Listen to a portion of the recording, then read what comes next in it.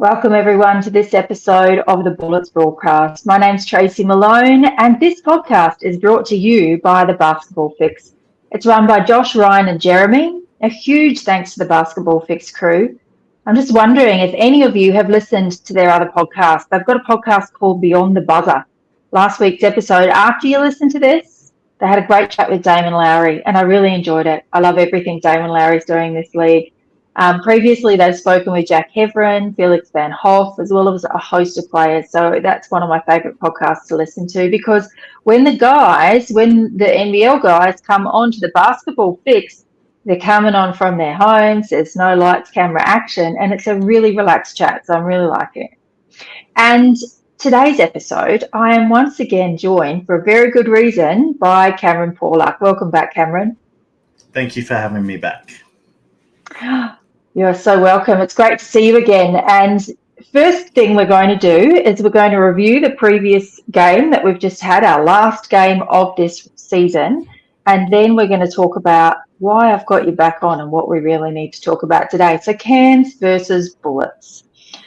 I'll give you a quick rundown of what I thought of this game and then I'll hand it to you, Cameron. Offensively, I just didn't think off the ball movement. It's like every team, if you're not moving off the ball, then not much happens. We held our own most of the time, but we really let it slip. It just felt like we had the gears and then it slipped.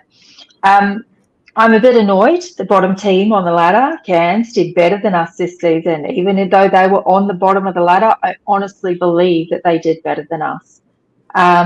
They got their 50K for their shootout. They're the Giant Slayers. And they've got Taron Armstrong as the triple-double. They've developed him. So when you look at this season better than last season, I don't know, because I look at things like Cairns, I'm like, well, they've got clear indicators that say they are. The great things about the game, Casey Prather, thank God we re-signed him. He's so smart. He's so smart and he keeps developing. He's got some wisdom, he's had some time, and he's just so beautiful how he doesn't just take the easy shot. He really thinks about what it is he wants to achieve and he's not afraid to take that dribble and take people on. And good luck to anyone in the league who wants to defend him one-on-one. Yeah. Tell me your thoughts. They're all my thoughts. Quick and easy today. Yeah, I thought they just looked flat. They didn't come out with the same energy that they did against Adelaide. Defensively, I thought they were horrible the entire game. They let Groves get going early on, like no defense on him whatsoever, so he got going. Sure, he got in foul troubles, but, whenever he was on, he hurt us big time. And then that opened up for guys like, Wardenberg and Bradshaw and so forth. And, come on, they let Taron Armstrong absolutely do whatever he wanted. That was one of my main points in the last podcast, was not to let him get to his spots. He found his spots. He'd either make his shots or he was finding the open man and getting them good looks. Coach said in the press conference that, the shots that Armstrong was making were what they wanted him to take. If he starts making those shots, change your defense. You've got to make changes. You've got to adjust because otherwise... Is it not logical? Yeah. Otherwise, you'll wind up with a guy on a triple-double. He's averaged, 17 points a game, 4 rebounds a game and 4 assists a game across the season. And he had, 28, 10 and 10 against us. They didn't do their job. The scouting report on that was horrible. Or they didn't follow the scout.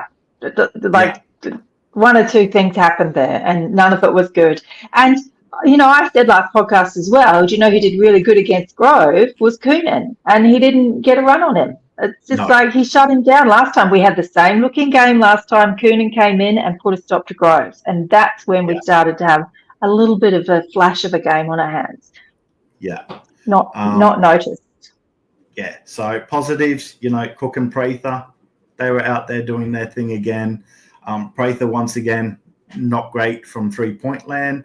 I think he was 0-5 this game. He's probably exhausted and tired from carrying us for the past 8 weeks. And then, although defensively, he's always strong. There were a couple of moments you could actually see the frustration in him in some defensive breakdowns.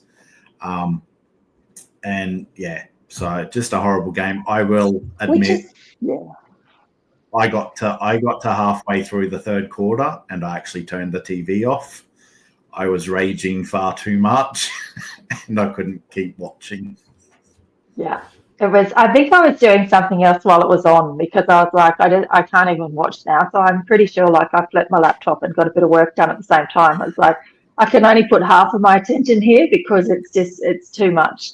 I will do something. But with Prather as well, it says a lot when somebody with the caliber of Casey Prather is looking frustrated on the court because he's such a professional. He's so good at what he does. So for him to be showing that means there's something else going on there, isn't it? Yes, yeah, absolutely. Yeah. So I also saw in NBL Now podcast, Jack Efron alluded to Josh Bannon with his player option, is that he's actually looking at other options. And it wasn't even that he said it because it was the way he said it. He's like, oh, word on the street. I'm like, oh, hold on, you're trying to tell me something here. And this seriously concerns me for one main reason. And in the presser, many times, Schuler has had him in and he said very openly to the whole of Australia that this is the future of our club. Josh Bannon is the future of our club. He hasn't said it about any other player. He has sat Bannon in that room and he has said it 2 or 3 times. This is the person that we're building this club around. And now that person is going to go have a look at other options. So what would have to, everything poses questions for me because I don't have an insight into the club. Yeah. So I have to ask questions and wonder because that's all we've got available to us. What would have to be happening within this organisation for a player that's been spoken about in such high regard, who's being offered so much, not just money, but I'll build a whole team around you. You consider you're at the upper echelons of this team to be looking elsewhere. Yeah, it's a weird one. I get where you're coming from and looking at it. When a player is on a player option, like if he was off contract, it would just be that would be the norm. Or we'd already be trying to re-sign him, and I would say a deal probably would have already been done. But when they're on a player option, they tend to like to go out and have a look at what they're worth, because what they can do is say no to the player option, have a look, see what they're worth out there, and then come back and re-sign with a better deal with the club that they're already with. Yeah. That's what I would hope is that's all that he's doing. We had a player a few seasons ago, I can't recall who it was. It may have been Tanner Krebs who did it, who was in the same position. Went out, had a look around, and I think maybe a couple of weeks into free agency, he was signing back with us on a better deal. So that's what I'm hoping. For me, and I said this last time as well with Bannon, the constant injuries and he hasn't played a full season. I feel like his stock's a little bit lower than he would like. If he was willing to play coming off the bench, okay, he might find somewhere else, but I don't think the money's going to be where he would want it. So I think he's better re-signing with us, maybe on a better deal. Once again, those injuries, I don't think he may get a better deal. He might get a longer deal, like he might get another couple extra years added on, with maybe those extra years being at a better scale, at a better pay rate, with the first season not as great. And then, come out, have a great season, stay healthy. And then, if he's only signed for another season or so, he can go out and his stock's going to be higher. Yeah, the only team that I think that he could really have a starting role at is the Jack Jumpers. I think they desperately needed that this season. So as to whether that's what they still need next season, who knows? Yeah, I think there's a bit of a restructure going on down there as well. Yeah. It'll be interesting to see. So as you may have heard also in the media, it's been everywhere, that the Bullets have called for an independent review. And so every club does a review at the end of every season, and so they should. It's just due diligence. But this one is being called independently, and that means someone external, not involved with the Bullets at all, will come in and have a really good look, and look at what's happening at the club. And what I like about this review, it's not just what's happened at the club just this season, but they're looking at the whole of the years that we have come back into the league. And why are our injuries getting progressively worse? And the thing that's really interesting is when I heard about this on NBL Now, Derek Rucker said that there is tension between the coaching staff and the strength and conditioning or medical staff. And his words were, it does, and if this is true, so if what he's heard is true, it doesn't bode well for the coaches. Yeah. So let's read between the lines of that one. As you know, what can we do? Because we don't know either. All we've got is speculation, and that's what we wanted to. Yeah, sounds very much like the Phoenix from last season. Yeah, what they did. Yeah, something going on there, hey?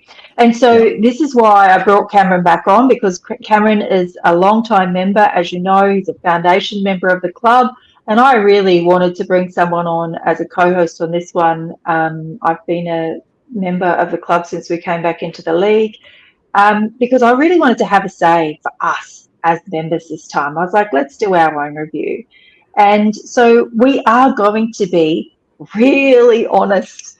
I said to Cameron, I'm really nervous about doing this because I don't like speaking badly about people, and I don't want this to be a whinge fest and a pointing finger fest, because it's happening already, probably within the club. But if we don't have a say now, then it's my own fault, our own fault for not actually speaking up and having a say. So we are going to be very honest in this episode, and some of it's going to sound like we are being negative. But really, how can things change if we don't speak about them? That's the first thing to say. The lack of communication and transparency in recent years has been a major problem, and it's getting worse and worse and worse for us members. Yeah. So we're not saying this to put anyone down. We are not saying any of this or calling for anyone to lose their jobs. I work with people who own companies, and that's the opposite of what I advocate for. I'm all for people's ability to change. And I do believe it's possible, and they're not a choice that I'm going to make. So I'm not calling for that. So if you are a part of the Bullets organisation, just remember that if you do happen to listen to this podcast. And also, if you feel defensive as you're listening to what it is that we are saying, having our say, that's a reflection of the culture that is within your organisation, and it should really be addressed. So if you get a little bit feisty about this, that's what I want you to know. Yeah. All right. So the first thing I want to talk about is I want to talk about memberships, because I'm actually in a bit of a chat group with a lot of other people who do these fans podcasts now. And I've heard about what other members get. And let me tell you, it's quite amazing. So let's look at the top 3 membership clubs. Top 3 clubs are our premier clubs that we think about all the time. So number 1, as most people would know, let's start at 3. I've gone ahead. Melbourne United is number 3. So they've got about 5,800 plus members. And the Sydney Kings are at number 2 with 6,000 plus members. And the Perth Wildcats are number 1 at 12,022 members. That's double. Yeah. It's double. That's double number 2. And aren't they shirty at the moment? Aren't they shitty at the moment? And so now you can see why, when Perth does not make the finals run for the first time in 10 years, why they are all mad about it. And so they should be, because they've got 12,000 members, they've got massive backing, they've got all of this support, they've got a long history, they've got an excellent culture. They have every right to jack up and say it's not good enough. Now, I looked at what members get as a part of their membership. And most of the clubs are kind of similar. There's a lot of clubs that need to lift their game. And anyone who you know, so you're a Bullets fan and you're listening to this and you have friends that go for other teams, have this discussion, because I think as an entire league, things need to change due to what it is that Perth's doing. So most people, you can buy a seated membership. You can buy a non-seated membership as well at most places. What does that seated membership get you? It gets you a reserve seat. It gets you some kind of pack in the mail. So we got a cat this year. It used to be great. We're just getting less and less every season. Somebody goes, oh, and the sticker. And I was like, oh, that's right. We did get a sticker, but I forgot because it was so small and I don't even know where it was stuck. My son stuck it somewhere because it was so small and you can't barely see it. It was so tiny. Plus the badge. Oh, the badge. That little badge. And what else do we get? We're meant to get a few things that we don't get, but, and then we get a discount voucher. So here you go, here's your $20 for the store to buy your $100 shirt, and you might get a little discount there as well. Can I just add something on that one? So it's for the online store only these days, and the online store, there is no free postage over any sort of price point, and so that $20 covers your postage. Yeah, well, there you go. Yay! Yeah. Far out. And I genuinely hope people are listening to this. I genuinely hope this reaches someone in the Bullets organisation and just goes, uh-oh. Let me tell you, there's not many out there that are much better until you get to the likes of. So Melbourne, I'll tell you who does it. Sydney, Melbourne, Perth and Tasmania have dates at the start of the season of open members training sessions where members are allowed to join, and you can reserve your spot to go to those training sessions, and you get 1 to 2 every season. They also all have a members bar, and they also 2 out of the 3, I think, have a members function. And I don't mean somewhere off after every game. They have a members function every game. Yeah. And 2 of these teams, my jaw dropped when I heard this about Perth. It's like I was told, the 2 people, like the coach and the player, goes into the press conference afterwards. And it's like, those 2 players then go to the members function and do exactly the same thing with members. Yeah. Every single home game, they get to ask their own questions, be connected to their own players and coach, and have a say, not just what's being fed out into the media. How does that change a culture in a club? Let me tell you, I'm like, if I was a coach and I had to do that.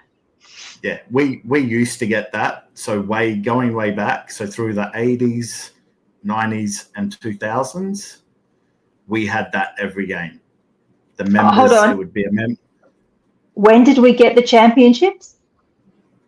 In the 2000s. So 2007 was our championship.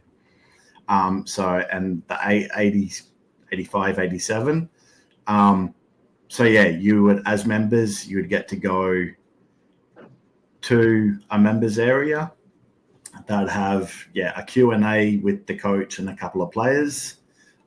You could ask a question. That'd have someone with a roving mic where you could ask a question, and you'd get an opportunity. Most of the players would be walking around. You'd get an opportunity, go and have your photo, go get a signature. And that was pretty much every game. The only time it didn't happen was when they had to fly the next or catch a flight that night. That was the only time it didn't happen, but the majority of the games, that's what we got. Yeah. And that's when you got championships, and that's when you had an amazing culture, and that's what Perth has now. Yeah. So I was always one that was like, we were joking in the group a few seasons ago. It's like, oh God, standing up and clapping for a team until they score. What's that all about? It's like, I'd stand all game to clap for Perth. It's like, what's the one team you'd stand and clap all game for? It's like Perth. Perth. Yeah. But now I know, now that I'm looking in, it's like, oh, I have an enormous amount of respect for Perth. I have an enormous amount of respect for Perth now, not just because they got Bryce Cotton, but because of the culture that they've built. And I can see why Perth supporters are as diehard as they are, because this is what they get. I've written down what it is they get, because I asked a member and he's like, oh, you'll have to look it up because there's so much I can't even remember. That is God honest truth. They were like, there's so much I can't remember. And I was like, far out. Okay, so they get their access to all home games. They get their membership pack. They get exclusive events, so invitation to member-only events and access to post-game functions. So that's what you were talking about, was that post-game functions. They get priority finals access, which we have as well. They get merchandise discounts. It does not say online store only. They get complimentary public transport to and from home games. They get voting rights. There's a couple of other of the top clubs that get this opportunity to vote for the members MVP award. We used to have this. Did we have this season? I think we did. I thought we did have that. We didn't have it this season. I thought we had it previous seasons. We have. I remember voting for it in previous seasons. But this season, I'm like, did I miss the email? Did I just begrudgingly give the middle finger to it and not do it out of spite? No, it just didn't happen. So, wow. And Red Army rewards. They have Red Army rewards. Access to the Red Army rewards program offering various perks. Then some of those additional benefits and various perks are health insurance discounts. So they actually get serious things from their sponsors. Members can receive up to a 12% discount on health cover, hotel discounts, 15% discount on stays at one of their hotels in Perth. And so that's a bit of a difference, isn't it? Yeah. Yes. I don't know if it's obviously they've got a lot more members, so they're obviously bringing in a lot more money, which that can make that change. But I'm going to say they've probably had a lot of this stuff for a long, long time before they even had that many members. Which comes first, the culture or the numbers? That's it. So that's built that success off the court for them. That's built that culture by having these things going. It's built the numbers. Yeah. Yeah. And our Bullets, so we were meant to get access to member-only events and communications. We'll talk about the one thing that we did get. It was so underwhelming. It was ridiculous. Yeah. I didn't receive any communication that wasn't a general. I didn't say this is the members only email. I just got the general Bullet stuff. Yeah. When there was an owner in town, we got the opportunity to be first in line to pay $100 to meet one of our owners. I know, such a great cash grab. Great cash grab. Oh, don't even. I know they're an NBA star. Don't care. I couldn't. I know. I know. I just don't care. Was that a members round that he was there? No clue. Or was that a different? It's all a blur. Yeah. So we finally they finally posted that they were going to do a walkthrough of the new facility. And for this one, the priority was for foundation members and diamond members. So first of all, there goes because diamond members are new this year. So there goes the foundation member priority, which is meant to be its own little thing, which you're going to talk about in a minute. Yeah. And then, so this one email comes out and it gives us everything. It's like, yay, we're finally doing this thing. Diamond members and foundation members, you'll get your own. It opens an hour earlier for you. And then all other members and fans. And this is when I did the proverbial middle finger to this one. I was like, so hold on. every member is being lumped in as a fan. So over time, I did a quick sum, and I have given about $15,000 to this organisation, this club, over 9 years in memberships, and I'm lumped in with a fan who's been to one game, and the Diamond members only came in this year, so somebody who's had a membership maybe 1 year more than me. They're like for 1 year, they've come in, had one membership, and they are more important. You told me very, very clearly, Bullets, in that email, that they are more important than anyone else. And every other member is lumped in there. So this will build a culture. This will build a culture. And it is the culture that is not inclusive. It is a culture where money rules. And it is a culture where you are telling us that we don't matter. Those balloons, I've got a map, Mac. This is what it should be doing. It should be doing these ones. It's what it should be doing. Come on, work for me. No, it's not going to work. Anyway, it was great timing, wasn't it? It's all hot air. It's what it is. It's all hot air. So if you follow, it was noted to me by a member who contacted me and said it is following the 80-20 rule of business. And those in business know this rule, where 80% of your money comes from the top 20% of your people. And that seems to be the focus. And if I run a service-based business, it's smart of me to work that way, to really service that top 20%. I do not forget about the 80%. And if you run that as a basketball and a sporting organisation where you give absolute priority to your top 20% and ignore everyone else, you are going to build a culture, and it is not inclusivity, and it is going to be deep resentment and regret, which is what we're having this year. Yeah. So I've been having a thought on this for quite a while, because I kind of don't like the way things have been going in that. And one of the things, so my wife is a massive AFL fan. She's a Brisbane Lions fan. She has been for many, many years. And they have a sort of tier level as based on how many years you've been a member.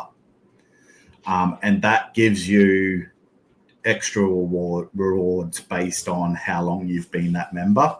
So you've got like a bronze, silver, gold, and platinum membership. Levels. And each of those levels gives you certain extra little rewards throughout. Now, I've been told that they're probably not as great as what they used to, because they've got a hell of a lot more members now, so they don't necessarily have to carry as much. But early on, when they were trying to keep members and get them going, it really, really meant something. And it did. It kept the fans coming back year after year through the struggles, through those lean years, which we are in those lean years. We are struggling on the court. You want to keep the fans coming back. Maybe something like this could be a good idea. I don't know. Yeah, my mum was an AFL supporter from the 70s when she came out from England down to Hawthorn. She went to Glenferrie Oval until the day she died, like 7 years ago. And what they did is on their scarf, they actually got the number of years they were a member for. Yeah. And her number was a very high number. So, and she was a regional member because she didn't live down there. She left and was a member for 30, 40 years or something. Yeah. Not even living there. She just had the real membership. But it really gave her that sense of pride. So, she's got an enormous amount of scarves that just go up every year, and it's got a number on it. And that shows that loyalty, and it rewards that loyalty, and we're not being rewarded at all. And look, it could have been seen so easily. It was a little bit stark obvious in the first round, wasn't it? With that, hey everyone, we got this amazing new scoreboard. It's this. And you couldn't see the scoreboard? We couldn't see the stats. I know. Only people that could see the stats were the people in the first 4 rows. Yeah. No one else could see it. It was remedied, but my God, was there a fuss that had to be kicked up in order for that to happen? And it was remedied quickly. I still don't I don't love the remedy because I like to have names next to the numbers because I don't like have to think too much and just go, well, what's their number and who are they? And then I can see the stat. They put the stat on the edge, but I love a stats board as it's going on, and I want the name that's. Yeah, it took them a little bit longer because it didn't have the full stats either. Like there was no foul count, there was no timeout count or anything like that. So it took them even longer to get that up and running on. And genuine question, who is making these decisions and have they ever watched a basketball game before? And that's an honest question. That is an honest question. I don't know. I felt like it was the CEO who obviously he was the one who who wanted that big screen from his travels around the country. But as to who thought it would be a good idea to put the scoreboard on the inside, clearly. So first game, we couldn't see the score, we couldn't see the stats, we couldn't see anything at all. It was only the people on the inside. We had no idea if our team was winning or losing. My son was short enough that he could duck down and kind of go, I think it's, and which side are we on? Like it was an absolute disgrace. It was horrible. Yeah, it was horrible. And it's been remedied. So it's like it's been remedied, but really? Like really? So these things that I'm going to talk about now, these following things have been brought to my attention by members. So I put out the feelers and said, anyone who wants to come on and have a say, come on and have a say. And I had a lot of people message me and they're like, I do not want to come on and have a say. I do not want you to use my name at all. And here's how I'm feeling. So first of all, the fact that they didn't want to do that, there's a lack of safety and a lack of feeling that we can actually be transparent. And secondly, they all said, I've been writing this. Here's the balloons again. I've been writing this in those emails, reviews at the end of every season, and the changes aren't happening. And so the first one that I wanted to really bring up is the members round. Someone said it was noted, again, like I said before, that it was the people with the most money that got rewarded. So people who can afford sideline seats. So it's that whole members round. It's shout out to the members. And somebody it was noted and noticed that somebody got noted as the number one fan because they can afford courtside seats. It's like, so, and this came from somebody who brings their 4 kids. So there's 6 memberships they pay for every year and all they can afford is the silver, but they still turn up every game. And they were like, well, thanks for nothing. I've been here for as long as that person has. And now they're number one fan because they make more money than me. And if we were in a society that was really thriving at the moment, it'd just be like, yeah, whatever. But in a year where cost of living crisis is massive and housing prices, etc., are not going down due to the Olympics coming in, that was a real kick in the guts for some members. And there was another member who was celebrated for travelling up from Adelaide for every home game.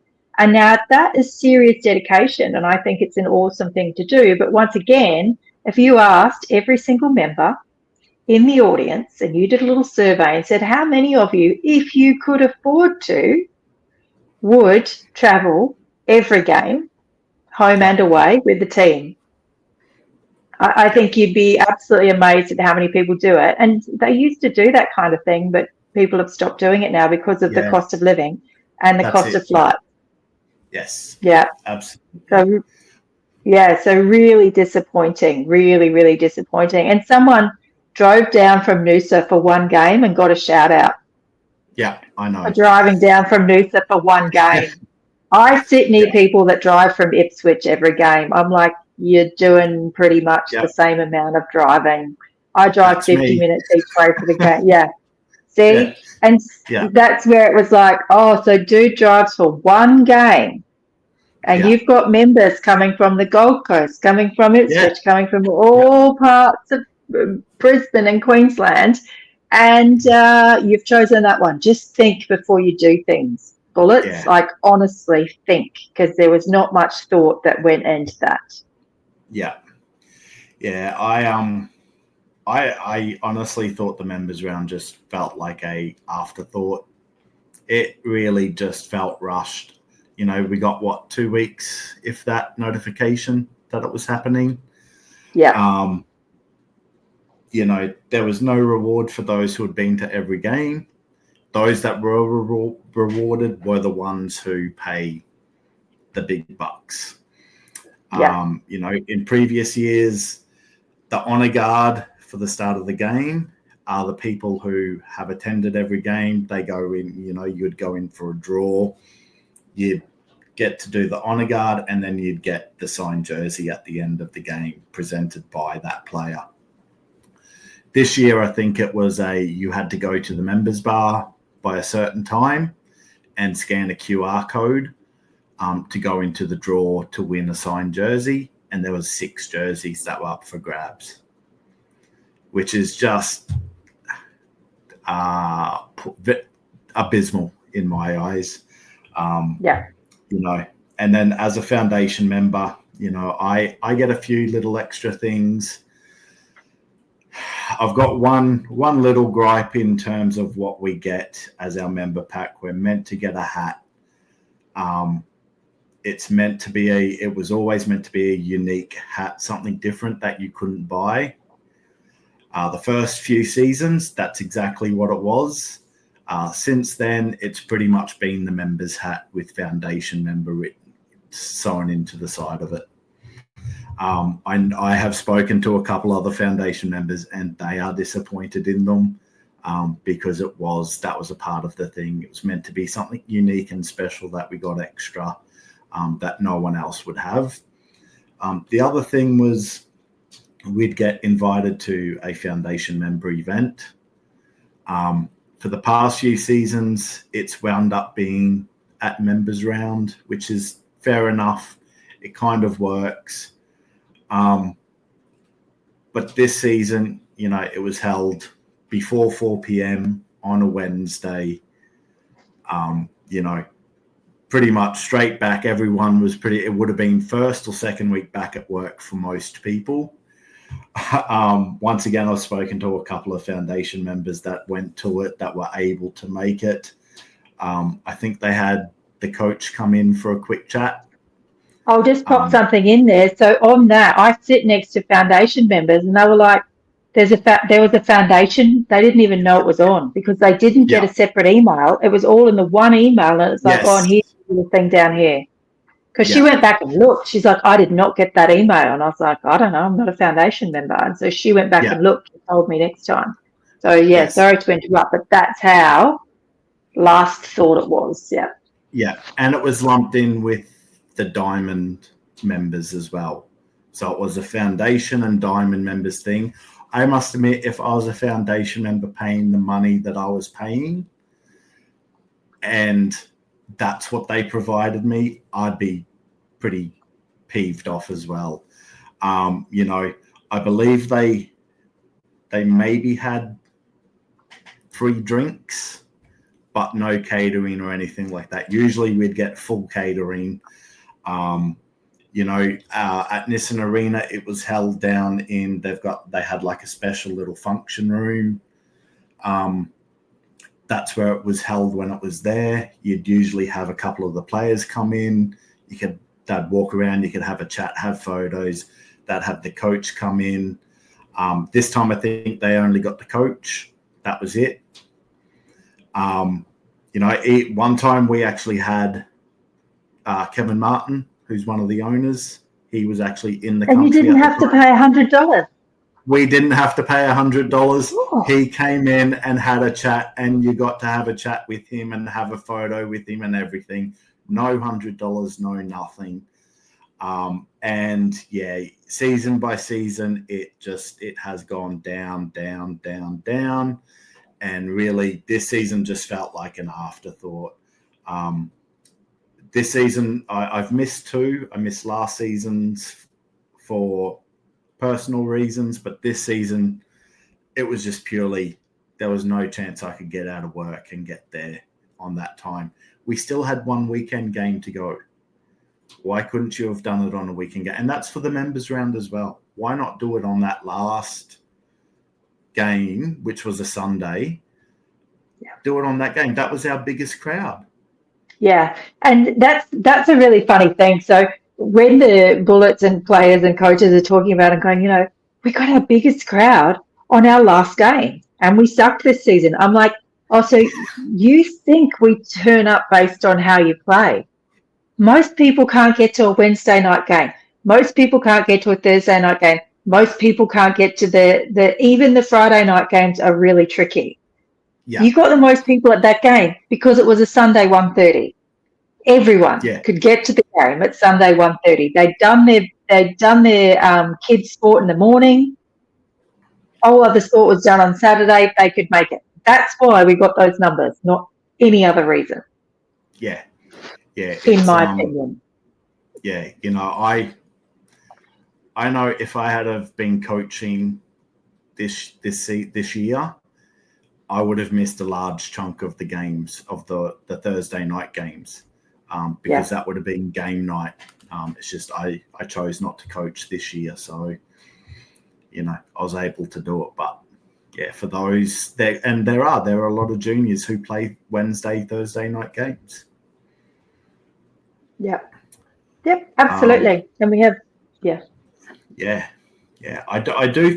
honestly do think the turnover of that front office staff has really hurt.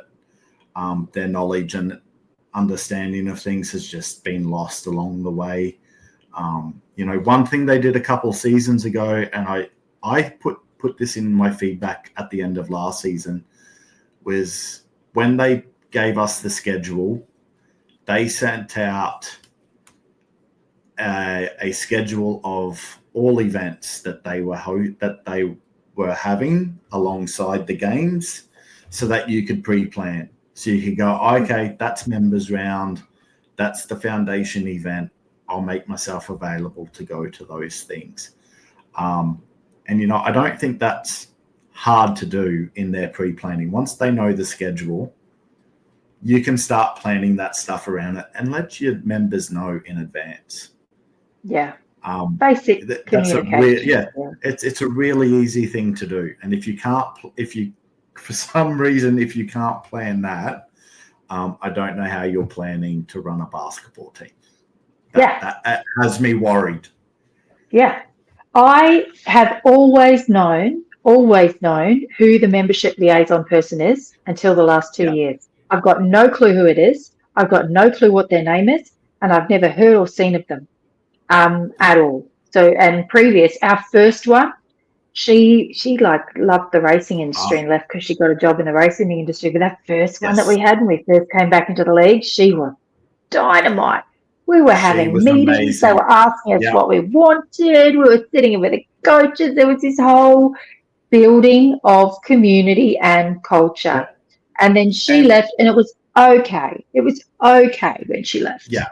And then whoever it was who took over from her, I thought she was doing a very good job, and she left. And once the next one left, I was like, I don't even know who it is, and whoever you are, you're not doing a great job because I don't know who you are, and I'm a member. And it's just, sorry. But there's room for change. Like, absolutely. Send us an email. I'll receive it gratefully. Yeah, I agree. I think it was Caitlin. I feel like Caitlin was the first one. I had a fair bit to do with her because I had issues with and that was it. When we first came back, we had so many issues with ticketing and membership packs and all that. But she was on it. She was out there communicating with everyone. If she'd see you in the foyer before the game, she'd come over and have a chat and let you know, look, we're trying to work on it. We know it's an issue, blah, blah, blah. I think Jessie took over from her. She was pretty good as well because I had ticketing issues for like the first 3 seasons. She was great as well. And then, Angela took over. She's a bit not on the ball at first because she came from the Lions. She was used to large amount of members where you didn't necessarily have that kind of interaction, but she got better very quickly. And by the end of it, she was great. You could really, once again, she'd see you, she'd come over, have a chat.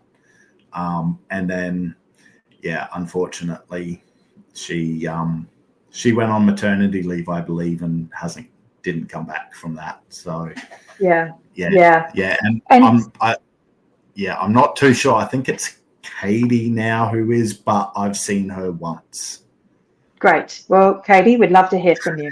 It's not like, Katie, it's not like if you now contact members, we're all going to give you the proverbial finger. We will welcome it. And that's what was really important about this. Yeah. It's not like we're spoiled children going, oh, we don't want to talk to you now because you haven't. Yeah. We want to hear from you. We want to engage with you. We want to feel like we're a part of this. And we don't. We really just don't. And so another thing that was really brought to my attention was it's been noted that the CEO does not move past the corporate section at Boondall. So on the last home game, it was, and so there's like the seating that happens in the stands, and then there's on the floor, and that's where corporate starts. And it's very easy to see who is where. And it's everyone knows who the CEO is, and everyone can see the CEO in that bright blue suit. And everyone has noted to me, and this is not just one person, a lot of people have noted where his track is, and it's nowhere outside of corporate. And one time they said they saw him on the very last home game, they saw him walk up to the entrance of the members bar, and they thought, oh, great, he's finally going to engage. And then he talked to the staff and then walked away, and that was a real disappointment for them. Yeah. That stark contrast to what we had at Nissan Arena. I'd had quite a few chats with him. Granted, okay, I sat right at the very front at Nissan Arena, so I had an opportunity to talk to pretty much anyone that walked by.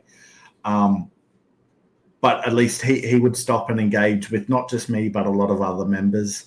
And I caught a glimpse of him at the members bar this season. It was a glimpse. I saw him, I turned around, and he was gone. So I didn't even get a chance to go over and say, hey, hi, what's going on?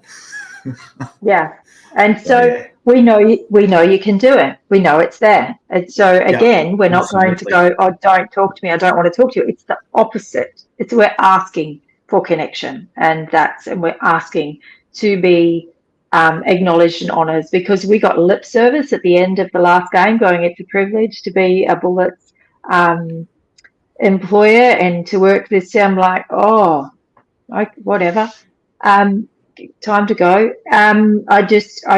There's no connection, there's no trust in that engagement right now. And so somebody else, and this is, again, it's really interesting where I think this is because one person reaches out to me and they say something, and then another person reaches out and they're saying the same thing. And I'm like, oh, this is a feeling. And I hear you all. These people have said we always used to show up to games and just be excited and happy to get there. Like it was always the excitement of turning up the game and seeing people that you only see at the game, because there's people that come from all over and you sit near them and you've got your little seat friends and all the things. Even when we were losing, we were still just happy to be at a game. We would turn up to this and we would have so much fun, and it was just a great day, and our team sucked and we cared, but it didn't impact on our enjoyment of the game. Like it wasn't a thing. And they said not this season. This season has changed completely. Other than the middle few games of the season where we were actually winning, we turn up to games and feel resentment. They're like, we turn up out of obligation, not out of joy anymore. We're turning up because it's like, well, we've paid for it, we may as well be here. Like, think about that for a minute, about that massive shift that has happened within so many people. Yeah, we're feeling the disconnect. Part of it, I think, is the venue. I don't want to harp on about that at all, because that's a whole thing in and of itself. But we don't even stick around anymore.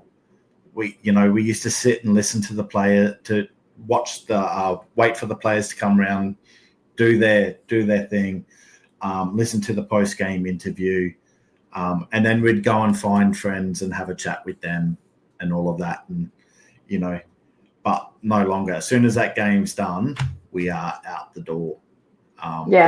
First time ever. I've left 3 games this season. I left early. Yeah, we're not just ever too far before removed. In the history. We're far too removed from the interaction. Yeah, and so we used to do the same thing, because I used to sit. I was platinum, and so I sit opposite the benches, and I used to just sit. I loved people watching. It's like, I'm just going to wait until security says it's time to go, and we just let the car park empty, and I'd sit there and just watch, and all the kids would go down and get their little autographs, and everyone would come around, and there was a serious connection community from both teams, not just the Bullets. And what I really want the Bullets to hear is we don't feel connected, and not like, oh, well, how do you now build connection, that we're in a venue where everyone is even further away? How do you get people not wanting to leave the venue and getting kicked out instead of leaving 5 minutes early going, we're out of here? Like, that's a completely opposite response, and it's not due to the play on the floor. No. It's due to the overall feeling. Actually, I raised this. This was actually one of my chats with the CEO, with Malcolm, at the end of the previous season. He actually came over and spoke to my mum and I about moving to Boondall and so forth and what we thought. And my issue, and it was the one that I kept harping on about, I'm like, we are so far away from the game at that place. I'm like, it removes you from the actual game and the players and all of that. I'm like, there will be a disconnect if you don't do something about that. And it seems to be happening. You were right. You were right. And did he hear you? So my thing is, it's like, you've raised something that's really valid, and can he hear you now? And change is always possible. And I've always said, and I've had this every email at the end of season, I say it consistently, you are not taking us along on the journey with you. I don't know enough about what you are doing. I don't know enough about each of you. I don't feel connected to you. Even when we were listen, I just didn't feel behind the scenes that we were connected to the players. Other than that first season, I've never actually felt it. I don't think they do a very good job of that connection piece, because they're in the organisation. They're seeing the players every day. They've got that relationship. They're forgetting that there's how many thousands of people that would actually love just a snippet of a view of what's going on there. I have never, the social media seems to be less and less around behind the scenes stuff. We're just not getting it. I follow a whole bunch of teams in NBL teams, because I love their social media and I get to know their players. I know more about Tassie and Southeast Melbourne than I do about the Bullets players. Yeah. Honestly. And I thought, you see after the games, even Perth, they have when they win, they go in and they jump around and sing their songs in the change rooms. I was like, you see that, maybe, you see it on their socials, not seeing it on the Bullets. I'm like, maybe they're not allowed in the change rooms. Maybe it's a Bullets thing. However, I just saw the final Bullets movie, the final rundown that they play at the awards night. I'm like, there's all the flipping behind the scenes footage. You've taken it and not shown it to us. You've got it. You've had it. There it is. And you put it in 1 2-minute video. It's put on the end of the flipping season. I was pretty wild when I saw that. I was like, like, you want me to be angry, because I'm moving out of anger and going to apathy, just going, oh, whatever. Like, I'll go to watch the opposition. Like, whatever. That's where people are moving to, and you don't want that, Bullets. You want us to re-engage. And another thing, so when they would come out, so from the start of the season, because I want to know my team. I literally, just so you know, Bullets, I literally get on the website and just go, well, who's the staff? We get to see CEO, coach, 2 assistant coaches. I'm like, well, who's that dude? I've been asking since the start, all the people that sit around me. I'm like, well, who's that? There's another coach there. What does he do? And what does those people do? And who are those people? And I want to know who all those people are. Maybe they'll show us in the socials. No, they didn't. And the only way I got to find out who that guy was when his father, who was the NBA star, Patrick Ewing, was at the game. And the announcer said, welcome to Patrick. He's here to watch his son, who's one of the coaches. I'm like, that's who the dude is. Yeah. And then they magically put him up on the website as an assistant coach. And now they announce him. I'm just like, what is going on? What is going on? So another major thing that was brought to my attention, and I'm 100% behind this as well. These are the words: we're tired of being called the sixth man when we have no idea what's going on. We don't know who's playing. We have no training sessions or coaches' Zooms or videos like we used to. You're prioritizing corporate, and then you expect us to be a sixth man and carry the team in games. The sixth man knows what's going on.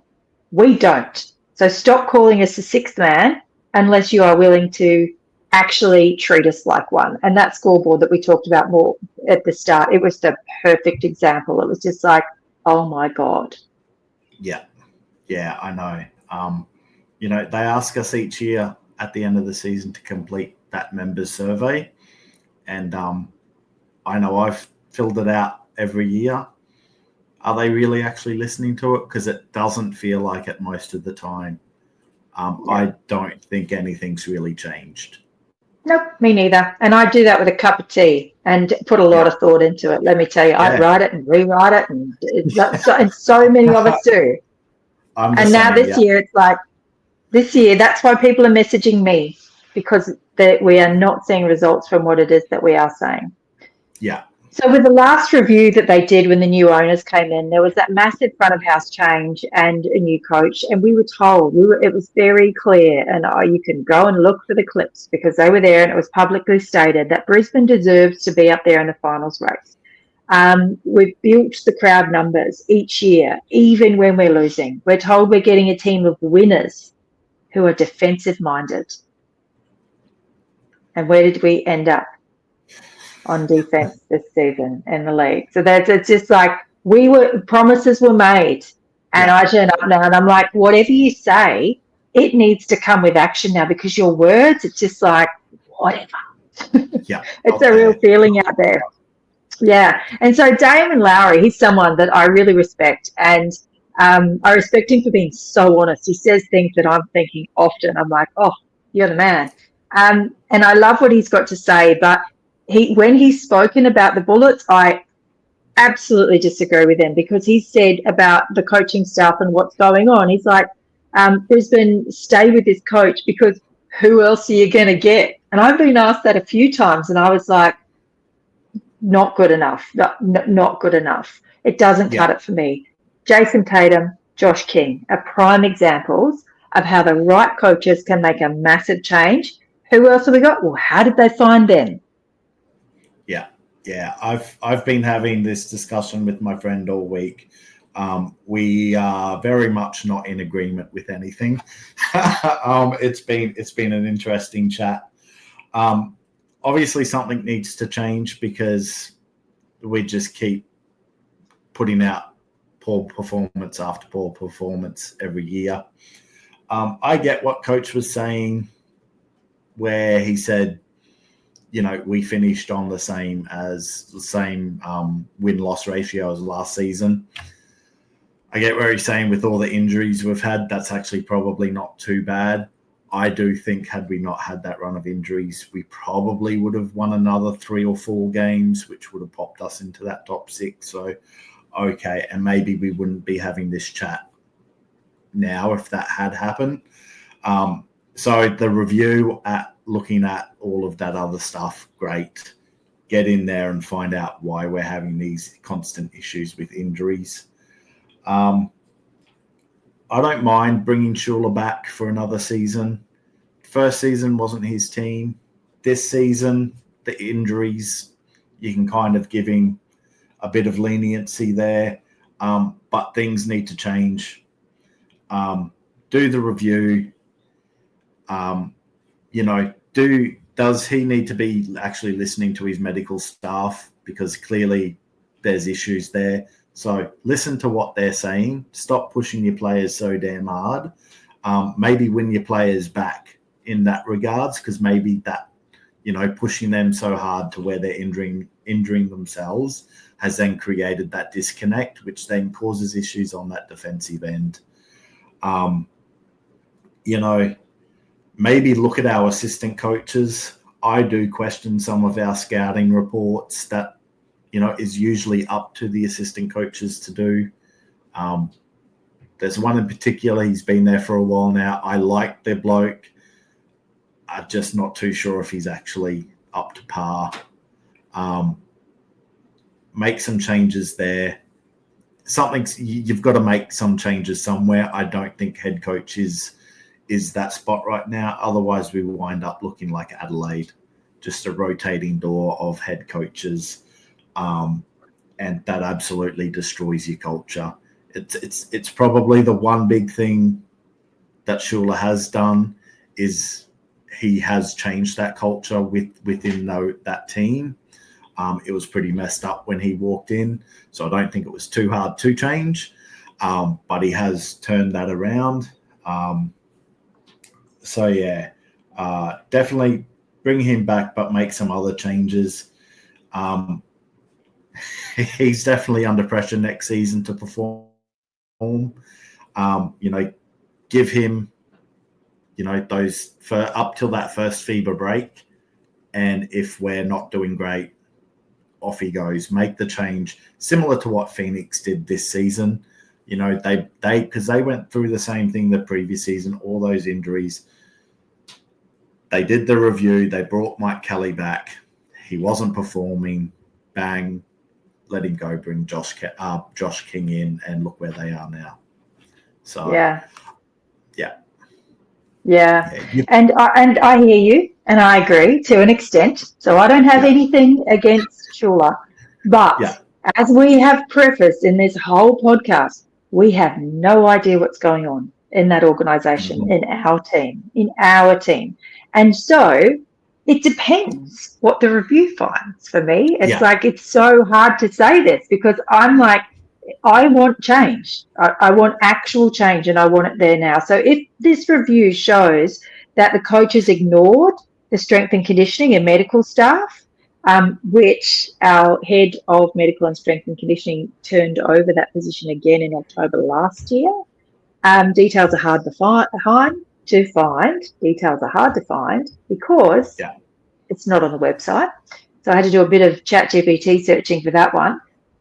Then I actually say massive change. If you've got strength and conditioning and coaches that are opposing, that's huge. That's huge for me. So I'm like, if that is honestly happening, I would be more in line with letting the coaches go than I would the strength and conditioning stuff, unless the independent review told me otherwise. So again, it's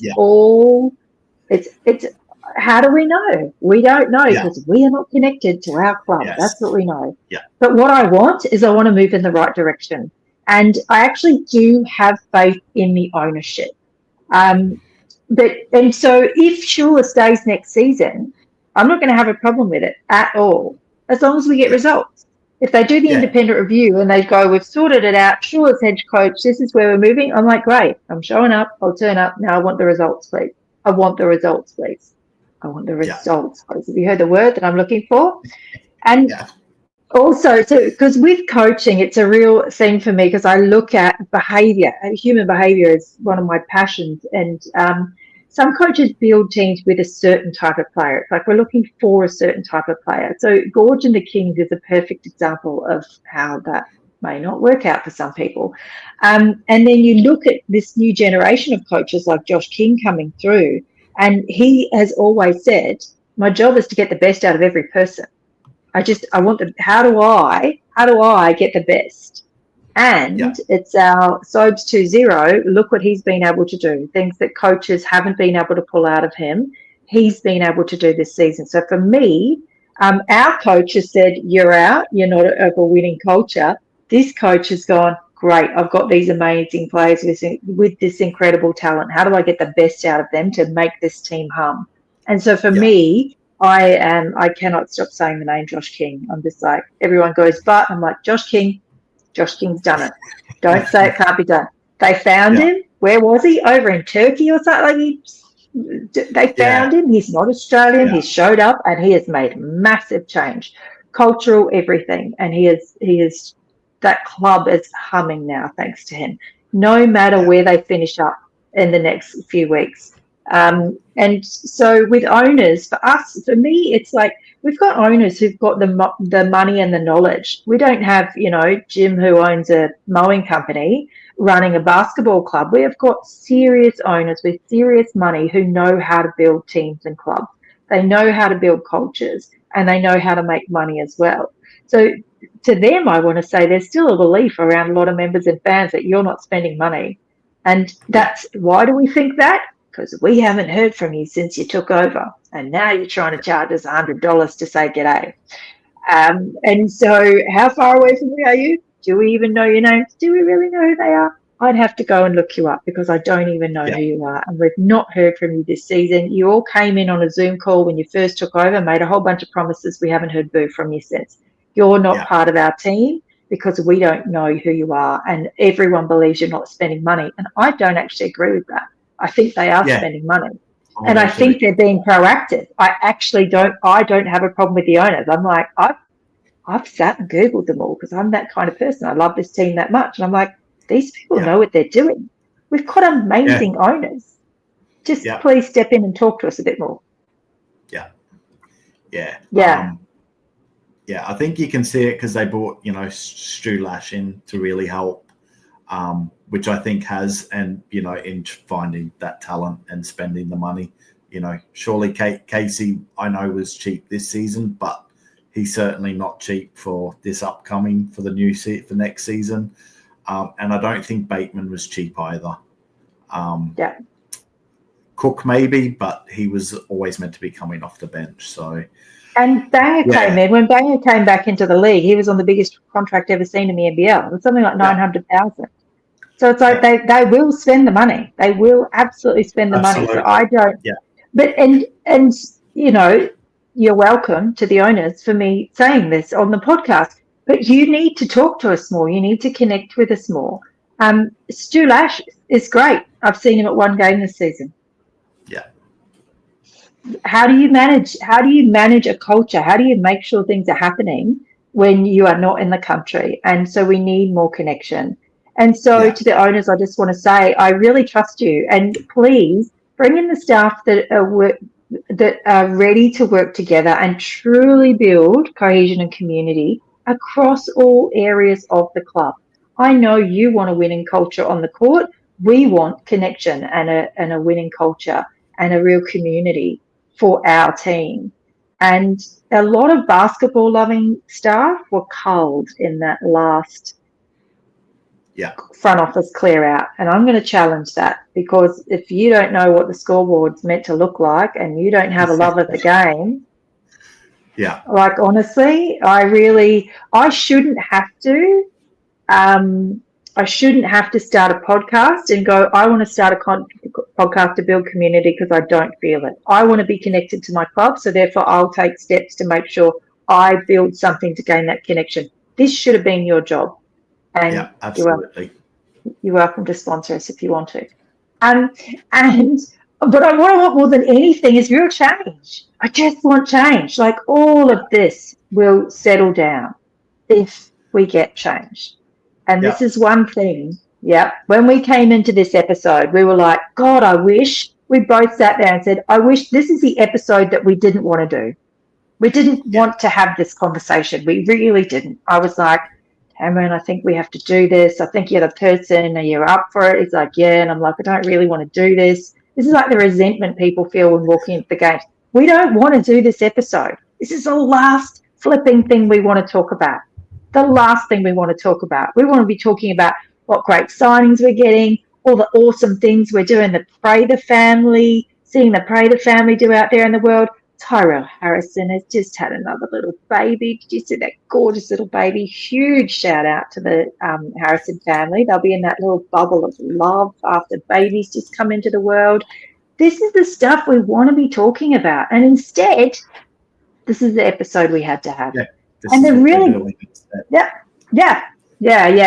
And the great thing about everything that we said, how much of this is going to cost you money, what we've asked for?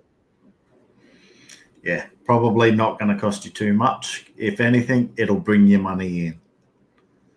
It'll bring in more members. And now this is where we circle back to Perth. Just ring up Perth. Yeah. Talk to a Perth member. Ask somebody who goes to Perth and is a Perth member about why they pay every week and what it is they get. Perth members say, I get so much, you'll have to look it up because I can't list it all. Couldn't even tell you how much we get as members because there's so much. And we just hold up our sticker and put on the hat and go, right on, right on. So that's what we really wanted to say. This is the episode that we didn't want to have. This is not going to be the normal episode. This is not the normal thing we do. We are not coming on here to bash the Bullets every week and have a go at the organisation. This is a one-off, hopefully. Hopefully. We can hope. Hopefully, Cameron, we never have to have this conversation again. And what we'll weave into future episodes is you'll be able to go, well, guess what? This is what's changed. This is what's changed. We're moving in the right direction. Let's do this. Like we will shift. We will change. And we will absolutely cheer when these changes happen. And so if you are a Bullet staff member and you're like, what a load of baloney, we're doing this. Awesome. Please come on the podcast, reach out. You can sit here with me and you can tell me everything that you are doing because I want to connect with you. I want to hear from you. Everybody does. And so please don't think that we're doing this to create any more division. There's enough division and we are begging and taking up an hour of our own time to come on here and say, please, can we have more? 100%. I agree with everything you've just said. Yeah. And so this is the only time we're doing this, and we're moving into the off season now. So what is the Bullets broadcast going to look like through the off season? And I've had this wonderful idea, and I want to shift it to doing a few interviews over to build community. It's like, what can we do in this time off? And what I really loved was when I talked to you last time, and everyone that I've spoken to on this podcast so far, everyone has a bit of a story about the Bullets, about the Bullets old and the Bullets new, and about basketball themselves. And so I am going to be reaching out to and just having chats with more Bullets supporters, and Bullet staff members are more than welcome to be a part of that. I'm going to be reaching out to those awesome dudes who give us entertainment every time. I want to go deeper to that level because we love Johnny and Adam and Errol and everything, the dancers and everything that they're doing. So I'd love to really sit down and talk to them a bit more as well if they are available. And after this, the CEO might say, do not go on that podcast. Go nowhere near those people. We'll get to Boondle next time and our seats will have been removed. And we'll have to sit on the floor. No, it won't happen because they'll see it for what it is. They'll be like, hey, everything they said is fair. Let's lean into this. You can walk away and you can say whatever, or you can lean in. And we're asking for you to lean in. And when you do, we'll give you a hug, I promise. So if you're a supporter, if you have a story to tell, come on in and tell it, because we want to hear from you. And what was it like for you in the olden days? I want to hear more of the stories, Cameron. I want to hear more of your stories from back in the day, what it was really like. And let's build that story. And what we will do on this podcast is we will build that foundation for the club to then build upon next season. And when they're ready to lean in, we will be able to give them that little hug. Yeah. Any final words from you for the Bullets before we sign off today? Look, I think they just need to take everything we've said on board and, make changes where they need to make the changes. This is all just for trying to be positive and move the club forward and bringing in more members. So just take it with as we mean it. And yeah, hopefully they're listening. That'll do.